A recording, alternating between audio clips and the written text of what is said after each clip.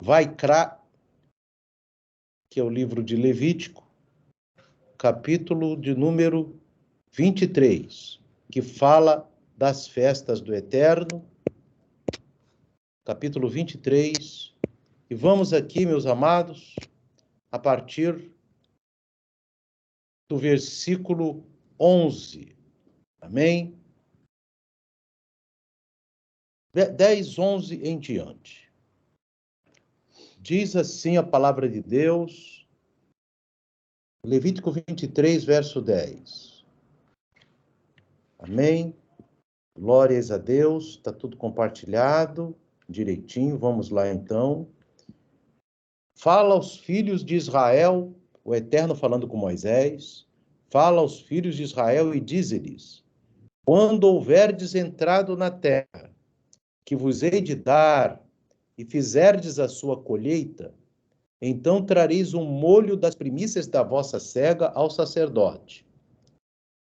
E ele moverá o molho perante o Eterno, para que sejais aceitos.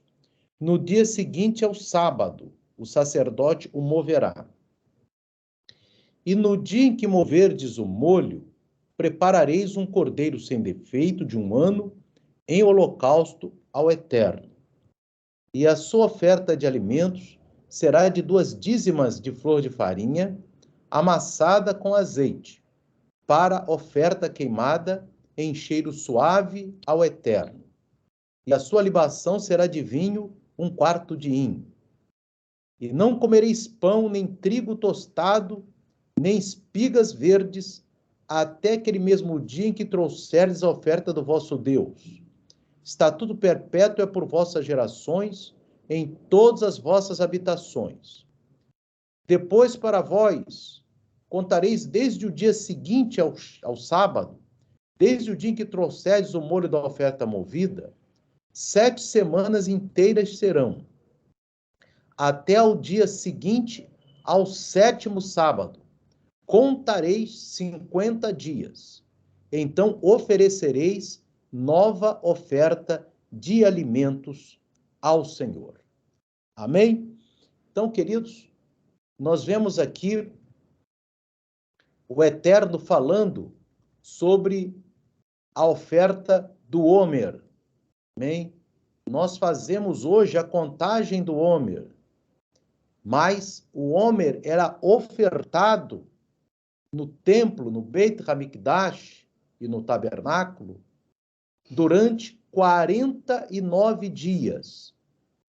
Primeiramente, meus irmãos, nós temos que entender como que isso se procede. Aqui na Torá fala, meus irmãos, que será no dia seguinte ao Shabat.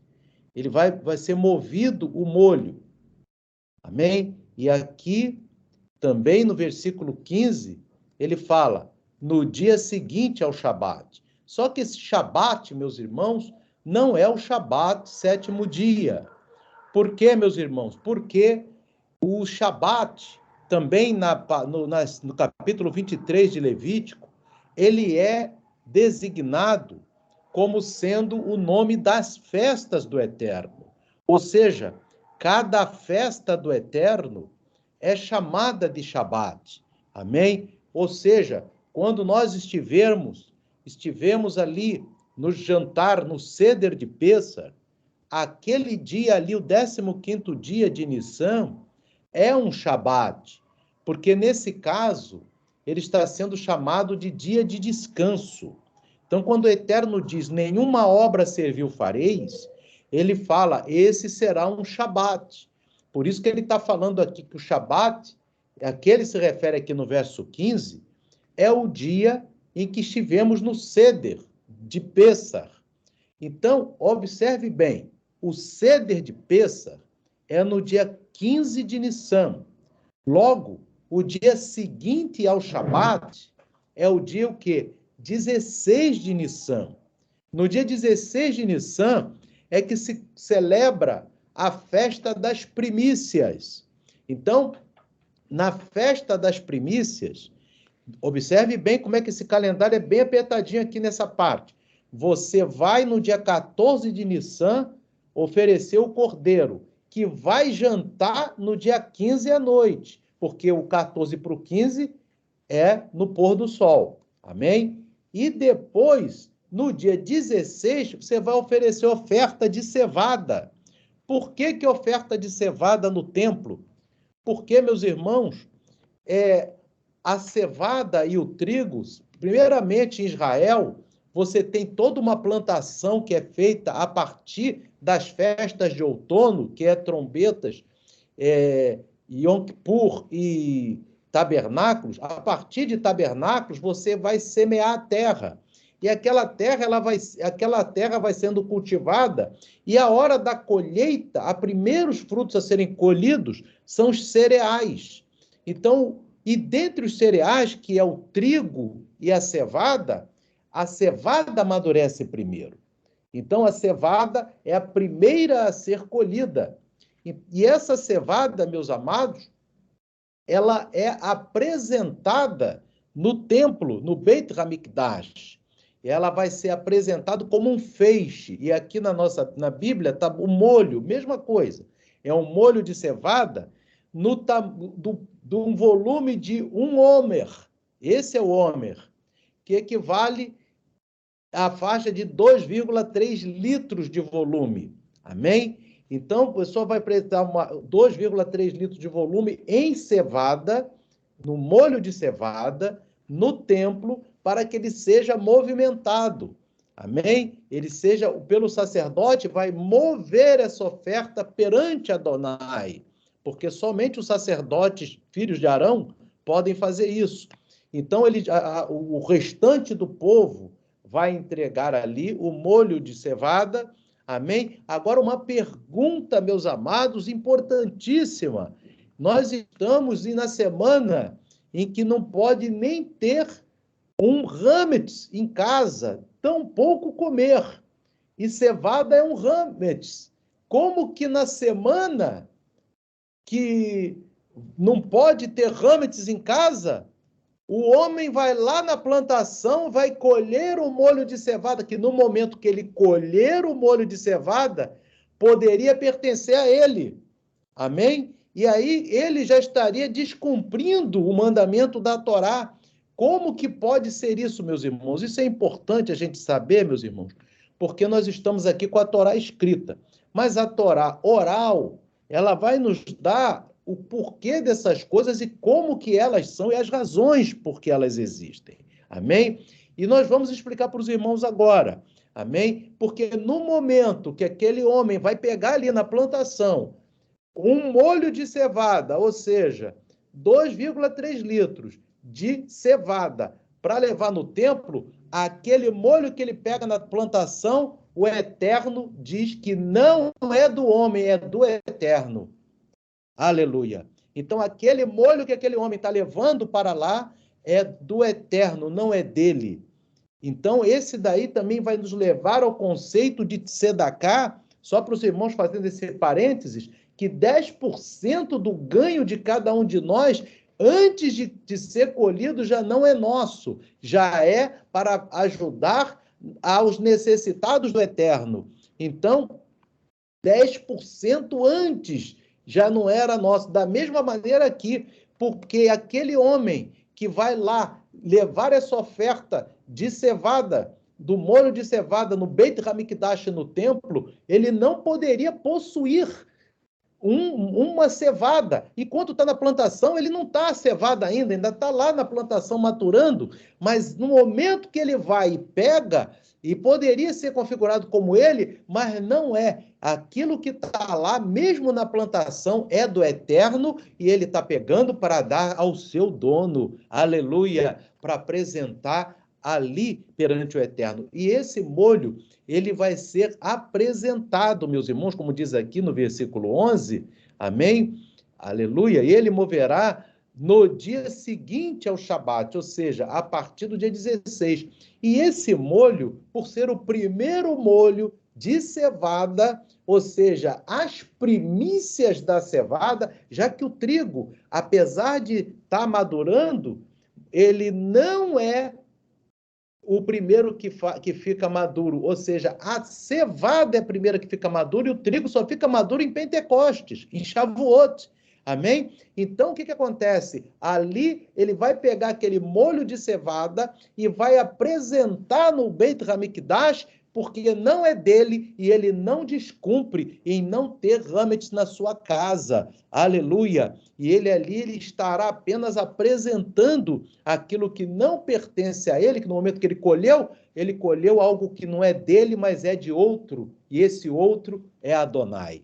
Aleluia! Essa é uma questão importante, porque muitas pessoas podem questionar isso, amém? E é importante vocês entenderem isso, amém? Então, veja bem, queridos, e é importante também que no dia em que moverdes o molho, preparareis um cordeiro sem defeito. E agora você veja bem aqui, irmãos, nós aqui fala, no versículo 16, até o dia seguinte ao 7º sábado, contareis 50 dias. Mas o último dia não é contado. Por quê, irmãos? Porque você vai pegar a partir do dia seguinte, e o último dia já é Shavuot. Amém? Agora, observa bem, meus amados, uma coisa interessante. Como que a gente vai saber esses detalhes? Obviamente, você vai ter que buscar auxílio na Torá oral. Amém? E na Guemará mesmo vem alguns detalhes importantes sobre isso. Amém? E eu queria também, só para salientar o aspecto da Torá oral, meus irmãos, a gente todo dia, na terceira leitura do Shema, na verdade, a gente não fala terceira leitura, fala terceiro parágrafo, que Deuteronômio 6, de 4 a 9, é o primeiro parágrafo. Deuteronômio 11, de 13 a 21, é o segundo parágrafo. E Números 15, de 37 a 41, é o terceiro parágrafo. E no terceiro parágrafo do Shema, nós falamos do tzitzit, que cada um de nós leva no seu talit.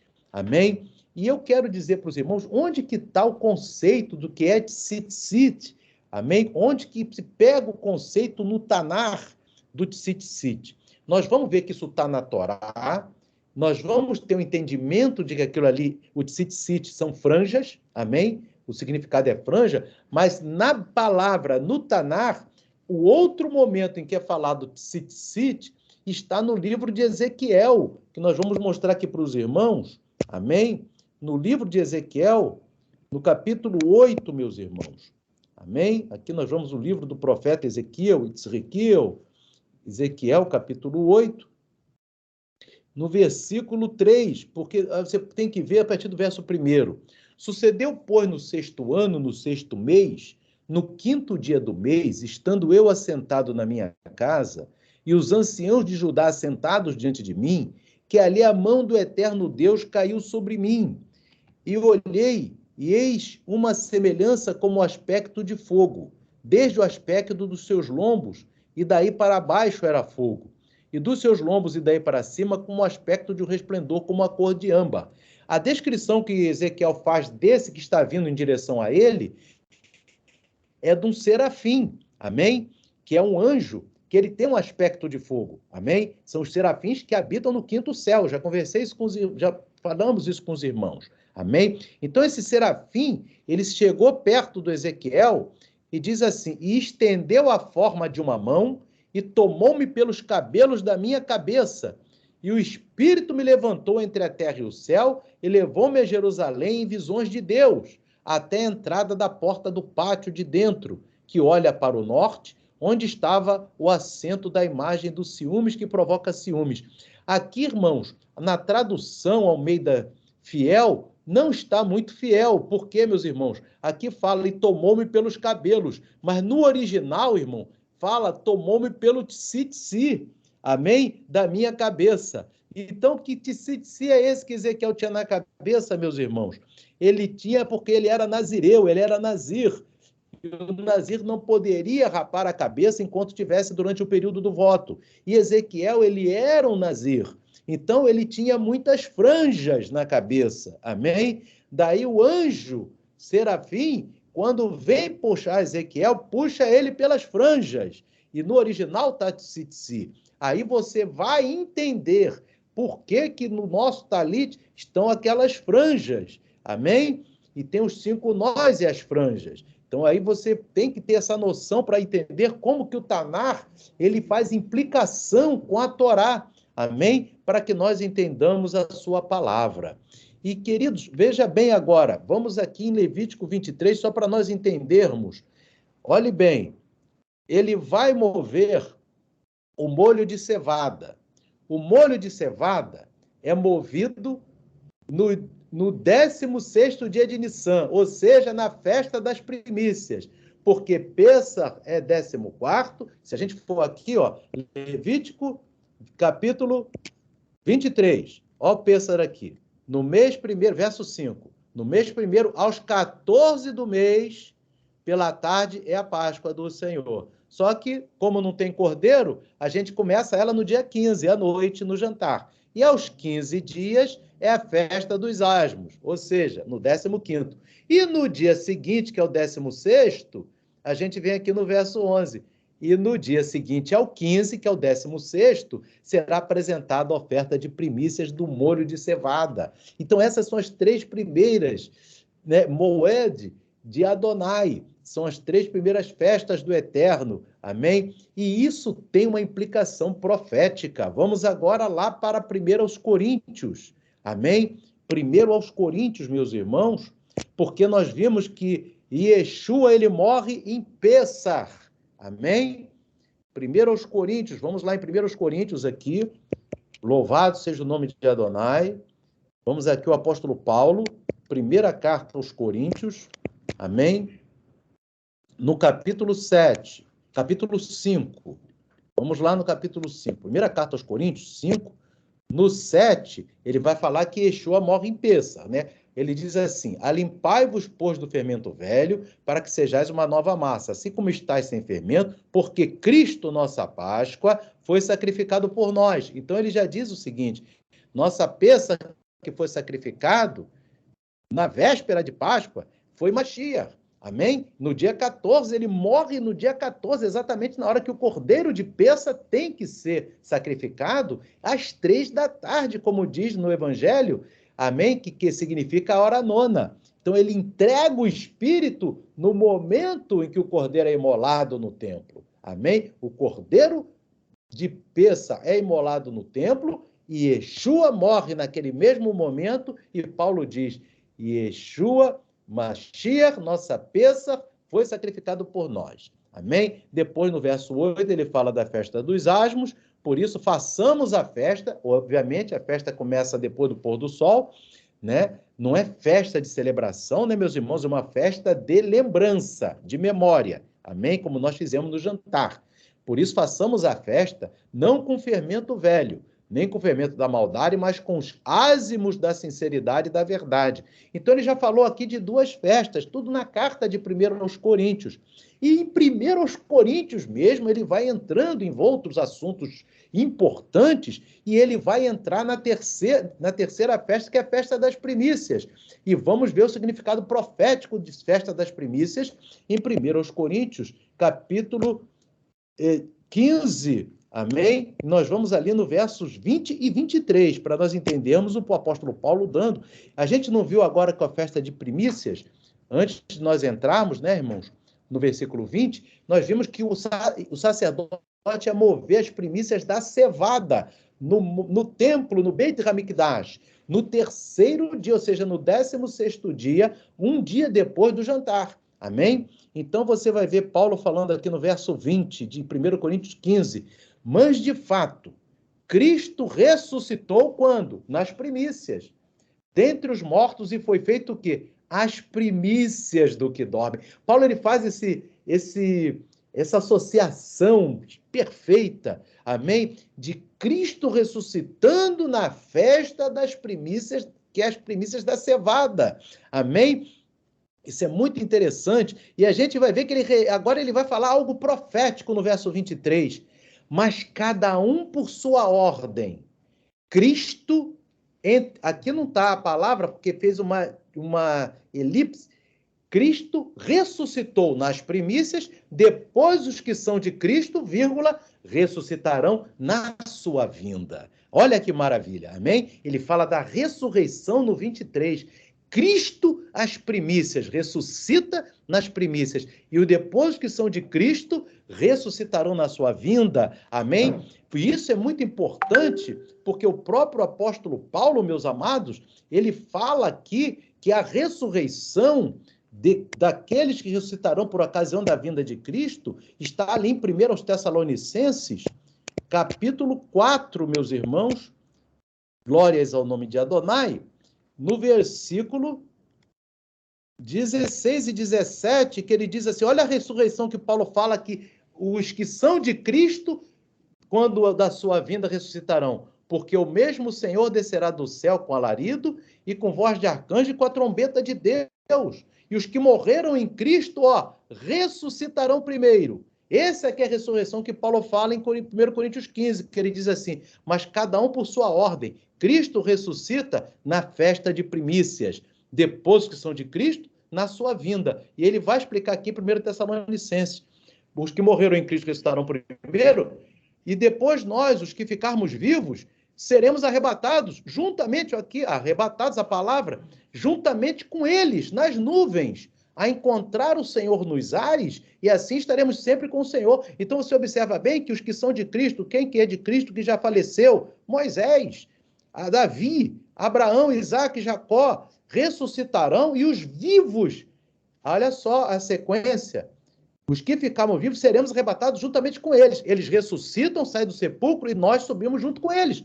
A encontrar quem? Cristo nos ares, e assim estaremos sempre com o Senhor. Então você veja bem, irmãos, que essa festa de Levítico, a importância da contagem do Homer, amém? Nós temos o dever de contar o Homer, mas o Homer tem um significado profético, amém? Não só nas primícias de Mashiach, mas também que liga as primícias a Pentecostes, amém? Que é o início da igreja por causa de quê, irmãos? Porque exatamente em Pentecostes é que teve o início da igreja de Mashiach, ou seja, foi com a descida, o batismo com o Espírito Santo, como você pode ver lá em Atos, capítulo de número 2, meus amados, por isso que a gente vai contar da ressurreição de Cristo até a descida do Espírito Santo, de primícias a Shavuot, amém? Então a gente vai aqui no livro de Atos, louvado seja o nome de Adonai, Atos dos Apóstolos, capítulo 2, olha aqui que coisa linda, meus irmãos, a quarta festa. E cumprindo-se o dia de Pentecostes, estavam todos concordemente no mesmo lugar. E de repente veio do céu um som, como de um vento veemente e impetuoso, e encheu toda a casa em que estavam sentados, e foram vistas por eles línguas repartidas, como que de fogo, as quais pousaram sobre cada um deles, e todos foram cheios do Espírito Santo e começaram a falar noutras línguas, conforme o Espírito Santo lhes concedia que falassem. Olha só, o dia de início de capacitação da Querrilá de Yeshua, da igreja de Yeshua, foi no dia de Pentecostes, que é onde termina a contagem do Homer. Aleluia! Então, são pontos do Eterno que são proféticos. Então, nós estamos hoje, meus irmãos, fazendo a contagem do Homer. E eu queria também alertar os irmãos, veja bem, essa parte profética é maravilhosa, guarda no teu coração. Olha só, agora eu queria também falar para os irmãos que o Homer, nós devemos contar, amém? Assim que se põe o sol, devemos fazer a contagem do Homer. Não adianta fazer a contagem do Homer sem pronunciar a bênção. Tem que pronunciar a bênção do Homer, como eu botei já no WhatsApp do grupo, tá, irmãos? E detalhe importante, meus irmãos, veja bem, se você não contar o homem na noite que tem que ser contada e for contar no dia seguinte, aí você não pronuncia a bênção no dia seguinte, porque você perdeu o mérito de contar quando devia. Amém? Nós devemos contar, pode contar até o fim do dia seguinte, mas você deve pronunciar a bênção na noite, tá, irmãos? Então à noite é o momento, após o pôr do sol, você tem até a noite para fazer a contagem do Homer, amém? Com o pronunciamento da bênção. Se você for deixar para pronunciar no dia seguinte, você já não vai pronunciar a bênção, amém? Então é importante que se faça a contagem do homem adequadamente. E no Shabat, amém? A contagem do homem, no Shabat, vamos aqui guardar isso aqui, a contagem do homem, porque a gente vai ter várias contagens do homem em Shabat, né, irmão? Próximo Shabat, são 49 dias. No Shabat, a contagem do homem deve ser entre o pôr do sol e a Ravidalá. Amém? Então, a contagem do Homer deve ser feita entre o pôr do sol e a Ravidalá. Amém? E eu quero também falar para os irmãos que nós temos o mandamento da Torá de comermos o pão asmo durante todo esse período e tudo quando a gente faz isso, irmão, nós somos sinais dos céus, porque nós estamos fazendo o que é para ser feito. E aquilo que o Eterno manda para ser feito, nós devemos obedecê-lo, porque nisso está a obediência ao Eterno. Então, veja bem, nós devemos comer pão asmo, mas temos que, antes de comer o pão asmo, cumprindo a palavra, você pode comer pão asmo à vontade, mas quando você for comer para cumprir o mandamento, você tem que pronunciar uma bênção. E eu vou mostrar aqui a bênção para os irmãos. Amém? Amém? Aqui. Bendito és tu, Adonai, nosso Deus, Rei do Universo, que faz sair o pão da terra, tá? Então, essa bênção é importante você mencionar antes de comer o matzá, tá, irmão? Pode tirar foto aí. Deixa eu botar aqui, deixa eu aumentar aqui, irmão, para os irmãos poderem tirar foto aí, porque aí você já com a foto você não vai errar, tá, irmão? Senão você vai ter que passar esse vídeo, chegar nesse momento e saber a bênção. Amém? Olha lá. Pode tirar foto, tá aí. Bendito és tu, Adonai, nosso Deus, Rei do Universo, que faz sair o pão da terra. Amém? Não tem mérito se você for comer o matzá sem pronunciar essa bênção. Tá, queridos? Então, nós temos ainda 4 dias de matzá. Amém? Então, pronuncia. Você vai comendo matzá a hora que você quiser. Mas quando você, meu irmão, minha irmã, for comer para cumprir o mandamento, você tem que pronunciar essa bênção. Amém? Você tem que pronunciar: bendito és tu, Adonai, nosso Deus, Rei do Universo, que faz sair o pão da terra. Porque isso é tão importante junto com a comer o matzá. Porque você está comendo aquele matzá não para alimentar o teu corpo, mas para alimentar, para obedecer ao Eterno e alimentar o mundo da retificação, que nós já conversamos sobre isso também. Amém? Então, que todos possam cumprir isso aqui corretamente, tá, irmão? E você tem que já cumprir a partir de agora, porque tem até até quarta-feira. Amém? Para cumprir isso. Tá bom? Então, façamos esses 7 dias, cumprindo e pronunciando a bênção Abrahá do Eterno. Amém? Então, queridos, vamos guardando no coração a contagem do Homer. A contagem do Homer é muito importante. Você veja bem que é o molho de cevada que era levado no templo todos esses dias. Agora, especificamente nesses 7 dias que comemos matzô, né, existe esse clareamento de que era aquilo que era colhido de cevada não pertencia ao dono da propriedade, mas sim ao Eterno. E nos leva ao conceito de tzedaká, como eu expliquei. E também a palavra profética, que se encontra, como o apóstolo Paulo escreve ali muito bem, no livro de 1 Coríntios. Tá bom, queridos? Que o Espírito Santo continue, o Espírito do Santo, a Ruach HaKodesh, continue falando ao teu coração, façamos a vontade do Eterno, aleluia, que o Eterno abençoe a todos, amém e amém.